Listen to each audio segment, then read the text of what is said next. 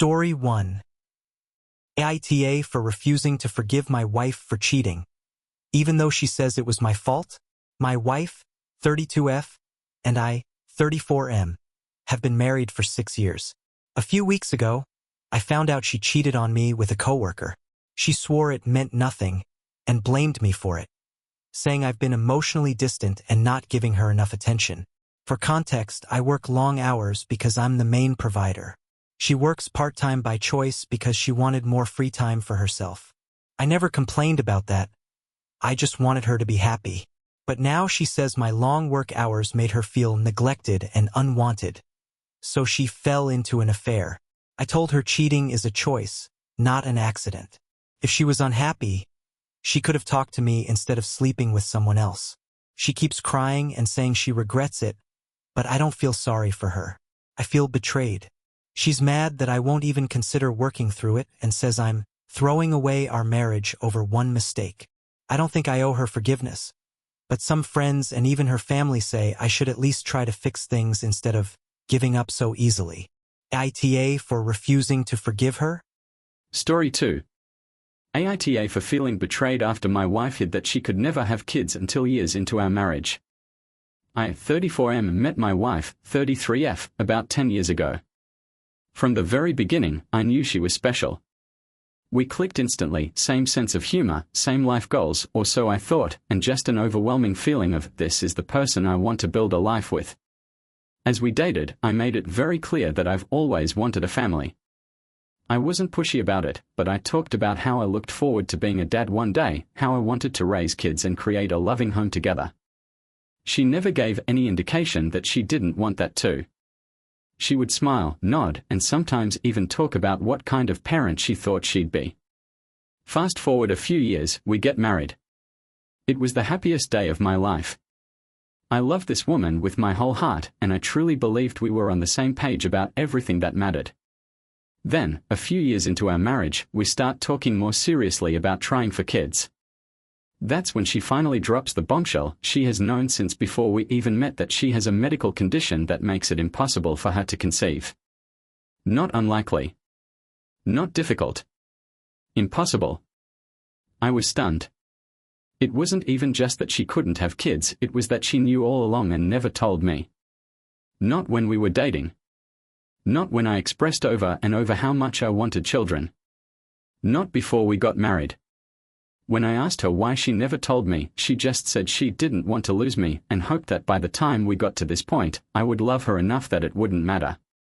She also admitted that she was scared I would leave if I knew. And now? I don't even know how to feel. I love her, I loved her.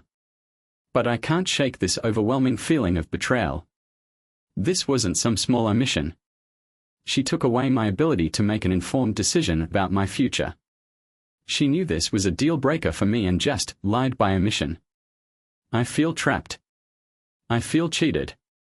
And worst of all, I don't know what to do next. Reddit, what would you do? Story 3. AITA for withholding sex because my husband won't get a vasectomy. Neither of us want children. This was discussed and agreed upon very early on in our relationship. The subject of sterilization came up during our engagement. We agreed it would be easier, cheaper, and less invasive for him to get a vasectomy versus me getting a bisalp. He said he would be sterilized after we got married. We've been married for 3 years now. Sterilization has been the focus of several arguments over the years, which have only gotten more frequent since RVW was overturned. We live in a red state with an absolute ban. There is legislature being proposed to document pregnant women and penalize out-of-state termination. I'm terrified of getting pregnant. It would ruin my life. He knows my feelings. Every time I ask him about getting a vasectomy, he always says the same thing. I'm too busy, I don't have time, it's invasive, seeing a urologist will take forever, they don't even put you to sleep, etc. He's a resident doctor. It's true he is very busy. He works anywhere from 30 to 70 hours per week. I'm a PA student. I spend 50+ hours a week attending class and studying. But he has the luxury of taking time off. I do not. For the next 2 years, my schedule will be inflexible. He claims vasectomies are just as invasive as a laparoscopic bisalp. I told him that's simply not true, hence why general anesthesia is required for a bisalp and only local anesthesia for a vasectomy. Not to mention bisalps have a longer healing period and carry more risks than vasectomies. Considering his extensive medical knowledge, I was shocked by his statement. We are both in our 20s, it's substantially harder for young women to find a provider who will sterilize them than it is for young men. I started looking for a provider months ago and found some promising leads. He hasn't even done a Google search. I feel so disgusted, disappointed, and angry. He knows I'm terrified of getting pregnant. He knows bisalp is the more invasive procedure. He knows the entire process of finding a provider, scheduling the appointment, having the procedure, and then recovering post-op will be more difficult, time-consuming, and expensive. I asked him why he's so unwilling to have the procedure. Is he scared? Does he want children? He said no to both, then repeats the same excuses. I finally told him to forget it, and that I'll go ahead with the bisalp. But sex is off the table, and will be for the foreseeable future. Despite being on birth control, I'm no longer willing to take the risk. He thinks my reaction is unfair. AITA? Edit 1, wow. Crazy how many people crawled out of the woodwork to tell me I'm punishing my husband by refusing sex. As if my body is a toy being taken away from him. Disgusting. Edit 2, no one is entitled to sex. Not even in marriage. I am not using sex as a weapon, as some of you vile individuals claim. I am protecting myself from unwanted pregnancy. My attitude toward sex evolved with my state's legislature. Contraception was sufficient until I lost access to abortion. Being forced to carry and birth an unwanted child would ruin my life. That is not a risk I'm willing to accept for anyone. Story 4. Cheat on your wife with mine? I will burn your life to the ground.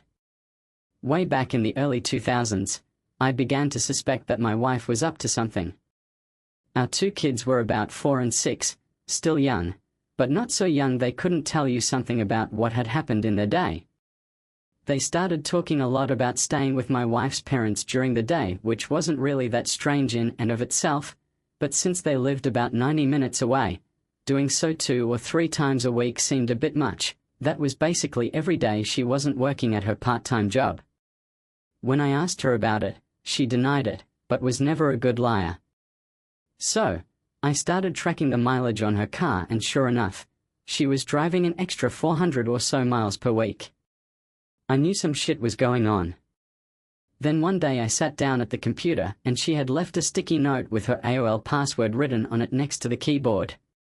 I could not resist and logged in to read her emails and saw a few email exchanges between her and her college BFF where they discussed how my wife was regularly fucking one of her ex-BFs from high school.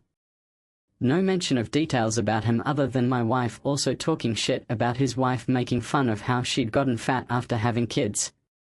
Anyway, I printed out these email exchanges and stashed them. I still needed to know the details, so I called a friend who was a cop and he suggested I call a guy he knew that had left the force to become a PI. Ron was great. I paid his retainer and gave him the emails and what little I knew about my wife's activities, and he figured out exactly what she was doing. His report detailed with photos and times, dates, locations, all about how she would take the kids to her parents, then go meet this guy for lunch, then they'd go to a dumpy motel for a few hours, after which she'd pick up the kids and return home. At this point, I hired a divorce lawyer. My parents cheated on each other and the fallout absolutely fucked mine and my siblings' childhood. It was something that was totally unacceptable. I also asked Ron to find out what he could about this guy. Ron absolutely came through. I learned his name, Bob, that he was married and had 3 kids.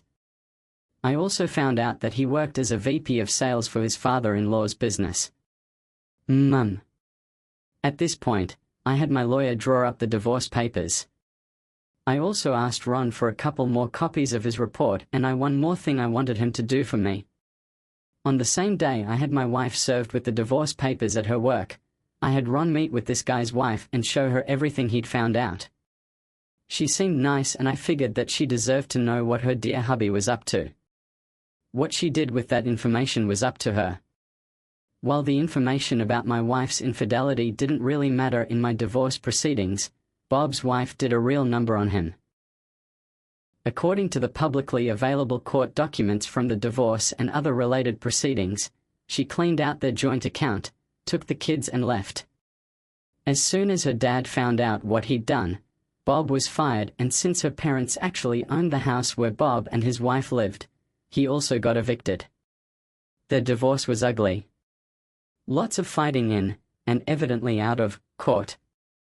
I guess Bob went to the house and started arguing with his wife, and it escalated to the point that her brother stepped in and Bob got his nose broken. There were restraining orders, a few more incidents with police reports, criminal charges, jail time and so on. I can't find Bob on the internet anywhere these days. Last I heard, he'd left the state and his ex-wife did okay. She went to work at her dad's company and took over after he retired. As for me, my ex and I got along well enough. I didn't engage with her on anything that wasn't related to the kids, and now that they're both adults, I don't talk to her at all anymore.